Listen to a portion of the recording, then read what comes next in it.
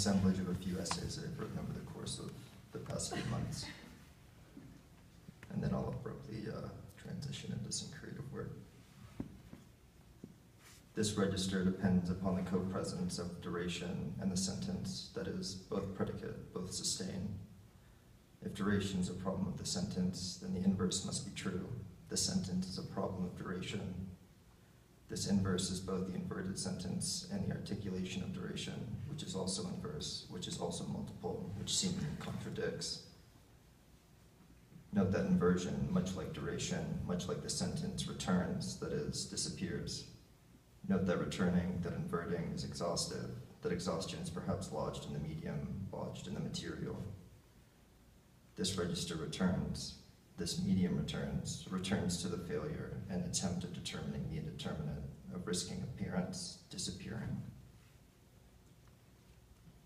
When one begins to speak, or perhaps more fitting to write about trace, it is precisely at this moment in which trace does not exist, or perhaps cannot exist as such. The trace is not a presence, but the simulacrum of a presence that dislocates itself, displaces itself, refers itself. It properly has no sight. Erasure belongs to its structure, and not only the erasure which must always be able to overtake it, but that which it would be not a trace, but an indestructible and monumental substance, but also the erasure which constitutes it from the outset as a trace and makes it disappear in its appearance, makes it emerge from itself in production. It seems that the trace itself, in this particular context, is an effect of writing. The trace exhausts the constant coming into being of a present language. If Barth's punctum is an effect of the photograph, and trace an effect of writing, and neither can exist without such terms, then it could be said that difference, a neographism, exists between a space of speech and writing, or rather the image and the word. Furthermore, the punctum recurs, which is perhaps its only form of presence within and between the space of the image and the word. Its language which it both predicates and alludes, and the image to which it refers or is, or rather the space between speech and writing. The punctum punctuates, that is, returns to writing, returns to spacing, which constitutes trace. Both the punctum and trace must perform themselves, that is, must disappear. The term conceptual writing, or what is presented as such, assuming there is some distinguishing note, or rather, assuming there is not, assumes all context. That is, conceptual writing is a matter of exposure. Exposure implies equivalence in meaning or reading. Meaning or reading implies reading or meaning. Reading and meaning points to axis, to vertices, to register. The event of register is the site of the sentence. The site of the sentence is the site of failure.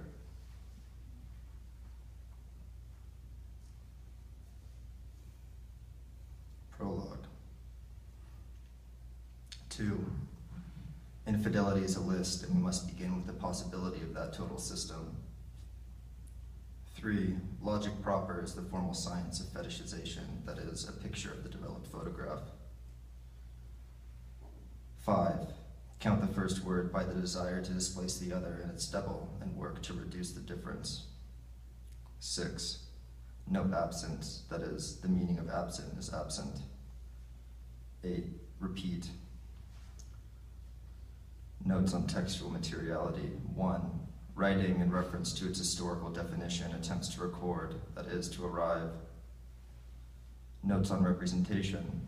To dig a hole, or perhaps re-dig a hole, or dig up a hole, or to dig a hole, or to write a hole, or to perform digging a hole, or to dig a hole in the method of one that has been done, or to read a dug hole, digging a hole, or to hear digging a hole, or to be told about digging a hole.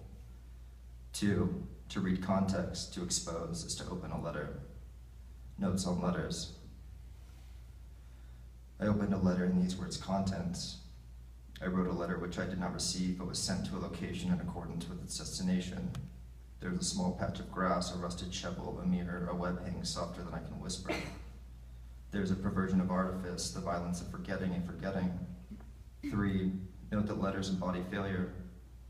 I opened a letter in these words, contents, things in my hair, B vitamins, watermelon bubblegum, worm, peanut butter, soap. I read these contents, and inside these contents, a floral skirt, a list of names, money, an intended audience, water. I remember water, or I'm told about water, or I overhear water, but I feel it under the table, if forgetting. I read myself, and now I do not know how to write a sentence. I only repeat. Today is a day of nothing, but I do not remember the cord that stretched as long as I was far, or the bubble red linoleum, or ice melting. When I'm alone for a long time, I do not recognize myself, and everything comes at once. What is death but a meaning in things, if forgetting? How does one digress from discourse? My dreams like ghosts condense me and then disappear. There's a pond or a lake or a stream or a river, but there are letters falling faster than I can see. They remain uncollected, but the edge repeats, if forgetting. Vacancy is a voice unto itself, or the walls are snapping at the creases, or equally dense and urgent, something understood. There's a large tree outside a window. I have not seen this tree. I have not seen the tall grass. I have not seen the window, if forgetting. I opened a letter and these words contents. I read myself, or I read my birth, or I read my death, or I've died many times before, and the sentence must always already be written. Letters remain points, and each moment stretches. I opened, a glancing, a hollow nothing, a forgetting. I remember lists, or the details point. I opened a letter, and these words contents. I was told about death upon looking into a mirror, and that mirror told me of my birth, but my birth did not exist outside this sentence, and I is just another word for death, and this word perpetuates itself until the difference becomes pleasure, and I do not exist.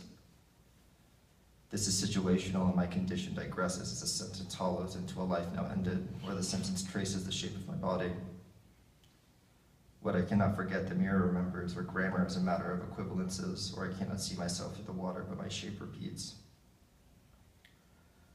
I open a letter, I enter a museum, or a photograph, or a memory, or there's a car, or a woman, or a child, or a ribbon, or a sea, or there's a woman, or a woman, or a woman, or a garden, or there's a red, or a cigarette, or a pair of glasses, or a tablecloth, or there's a skirt, or a tile, or a thimble, or a newspaper, or there's a camera, or a tooth, or a cord, or a die, or there's a green, or a note, or a hairline, or there's a body, or a carpet, or a name, or a drink, or there's a funeral, or a candle, or a damp, or a figure, or a word, or the premise of exhaustion mediates between the figural, or the sentence articulates birth and death, or to write again is to forget oneself. With each letter, I obscure myself until I cannot see past the water.